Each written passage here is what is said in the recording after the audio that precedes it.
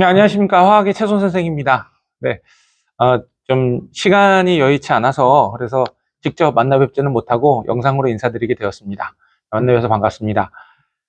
올해 대치 이대학원을 통해 가지고 상상고 학생들과 만나 가지고 화학원 수업을 이제 하게 되었어요. 지금 이미 겨울방학 동안 학생들과 함께 하고 있는 친구들도 있지만, 네, 새롭게 이제 시작하는 신학기에 맞춰 가지고 다시 한번 더 또 다른 학생들하고 이제 수업을 할 수 있게 될 기회가 있을까 싶어서 그래서 이제 설명회 준비하게 됐습니다.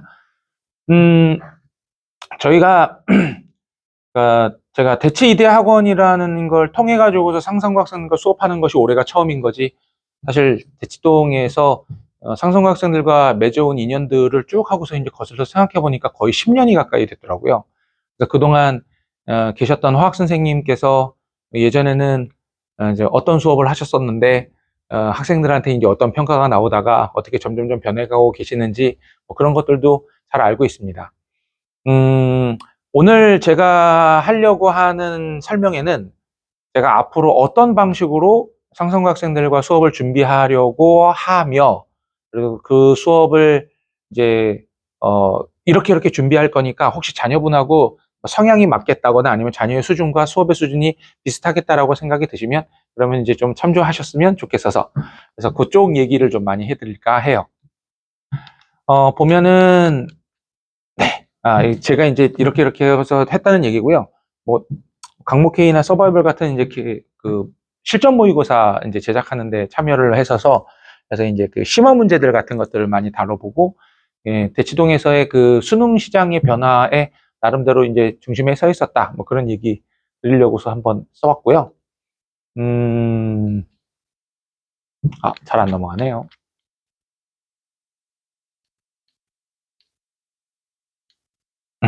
네. 자, 이 부분은 이제 그 지금 교과 과정에서 학생들이 좀 어렵다고 말하는 킬러, 그리고 이제 좀 나름 이제 계산 문제들이 많이 들어가서 시간을 많이 소비하게 만드는 준킬러들을 교과서에 나와 있는 순서대로 쭉 하고서 정리를 한번 해본 겁니다. 화학 원만 정리를 할까 하다가 어차피 2학기 때 화학2 수업도, 아니, 화학2 수업을 이제 학생들이 하게 되니까 이쪽도 한번 보시라고 해서 일단 킬러하고 준킬러하고선 이렇게 나눠가지고선 놓기는 했어요. 근데 보시면, 음, 상상고등학교는 집중이수제 학교였었으니까 다른 학교보다 훨씬 더 빠르게 진도를 나가게 되죠. 그래가지고 이제 그 중간고사하고 기말고사 둘로 나누어서 교과서가 나눠지게 되는데, 일단 중간고사에 킬러 중에서 2가지가 들어가고요. 그리고 준킬러 중에서는 이렇게 3가지가 들어간다라고 보시면 되겠습니다. 그렇다고 해가지고서 기말고사가 좀 더 쉬워지느냐? 그렇지도 않은 것이, 여기 있는 그 킬러 중에 중화 반응이라는 게 기말고사로 들어가게 되는데, 그에 반해서 요 준킬러의 양이 좀 상당히 많아서 시간적으로 조금 쫓길 가능성이 많은 시험이 이제 기말고사의 특징이라고 할 수가 있겠습니다. 상상고등학교 시험 문제의 재밌는 점은 바로 기출이라고 하면은 어떤 기출인지 헷갈리실 테니까, 네, 수능 기출 문제를 많이 쫓아가려고 노력을 해요. 여기서 이제 수능 기출뿐만 아니라 교육청 기출도 있기는 한데, 심지어 어떤 문제들을 보면 와, 진짜 그대로 갖다 사용을 했구나라는 생각이 들 정도로 똑같이 닮아 있는 문제들도 많습니다. 하지만 여기에 있는 이 수능 기출 그리고 교육청 모의고사의 그 고3 기출 문제가, 그렇게 말해볼까요? 고3 모의고사라고 정리해볼까요? 이 모의고사가 제 생각에는 한 40% 정도 된다고 보고요.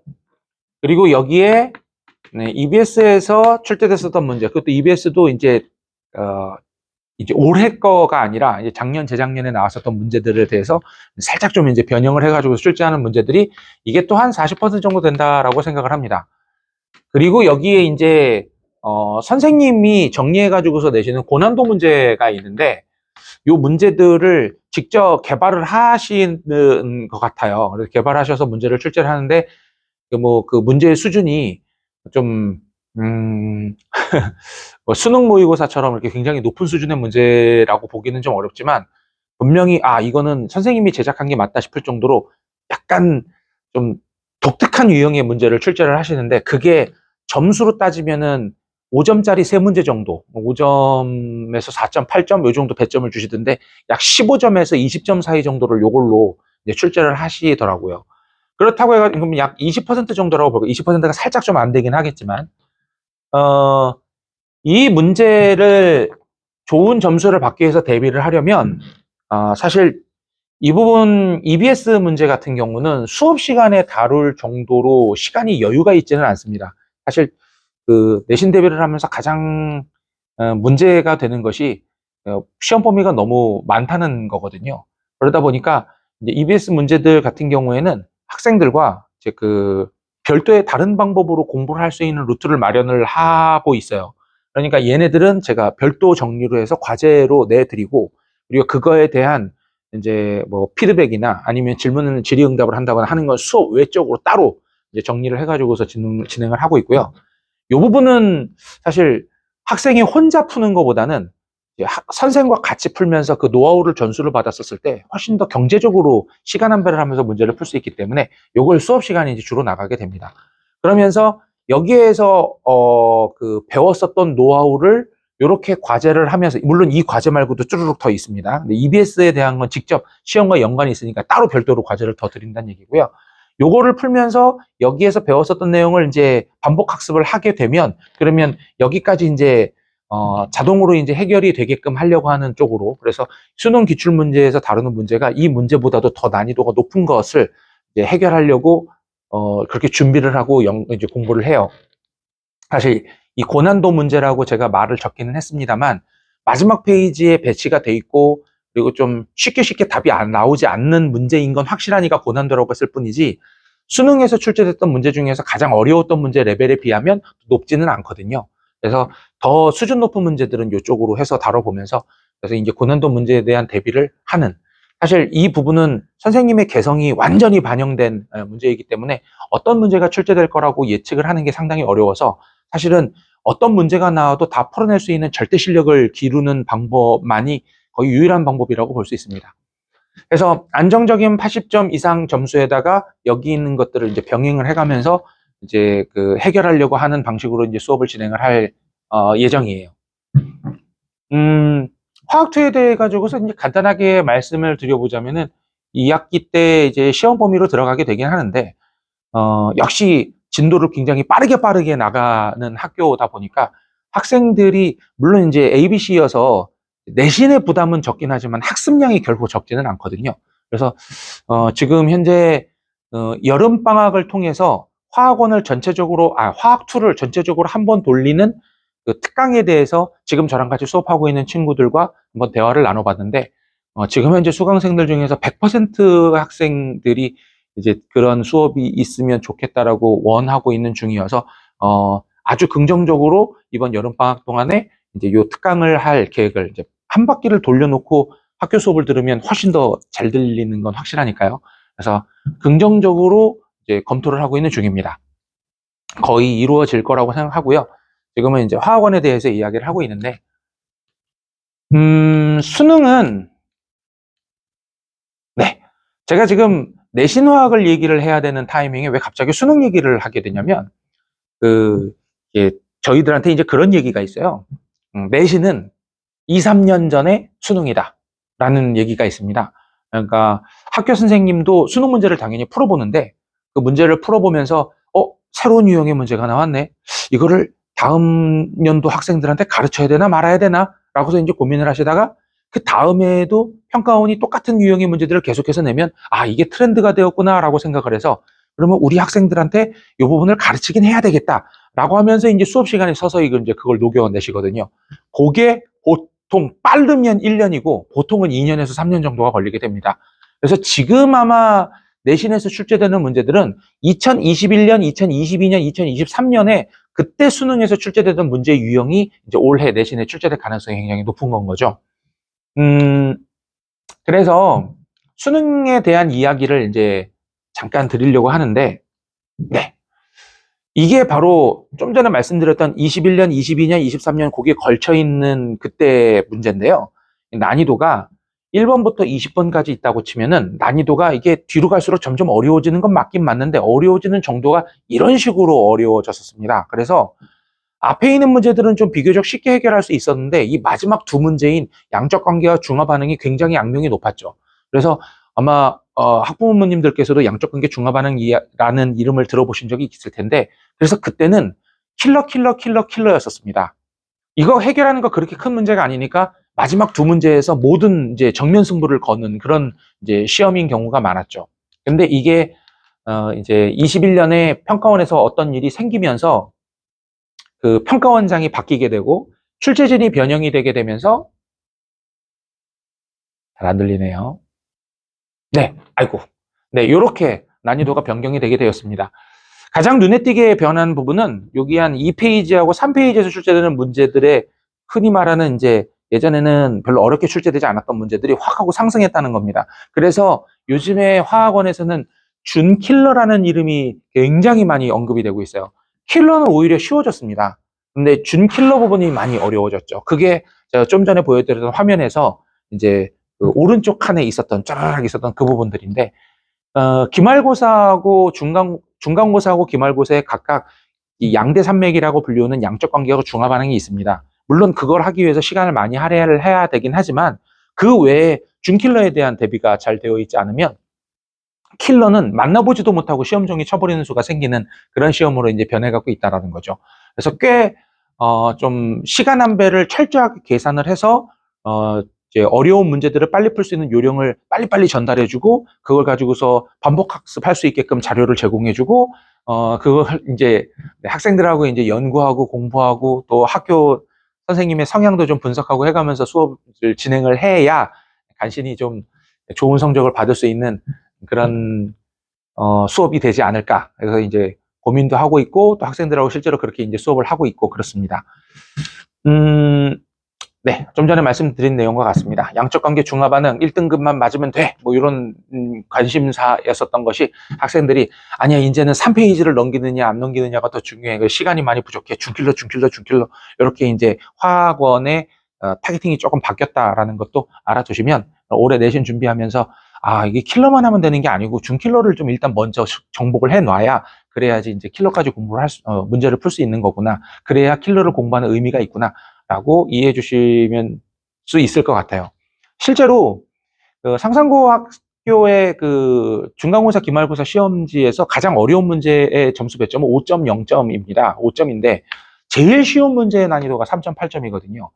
사실 그 두 문제를 푸는데 걸리는 시간은 막 3배, 4배까지도 차이가 나죠. 더 차이가 날지도 모릅니다. 그런데 점수 차이는 2배도 차이가 안 나네요.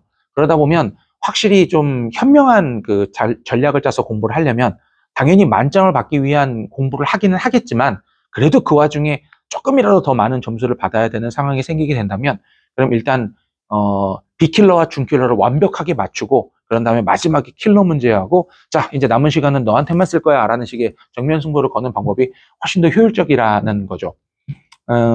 네, 실제로 수능에서도 많이 그런 일이 벌어지고 있고요.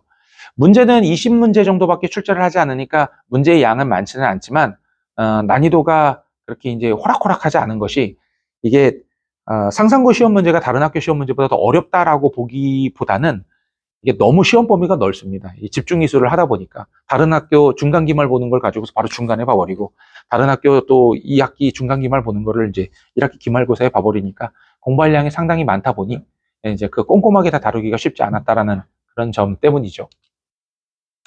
네, 준킬러하고 킬러하고 공부법에 대해 가지고 그냥 간단하게 정리를 한번 해보고 그리고 또 제 수업 스타일 설명드리고 그래서 마무리를 하면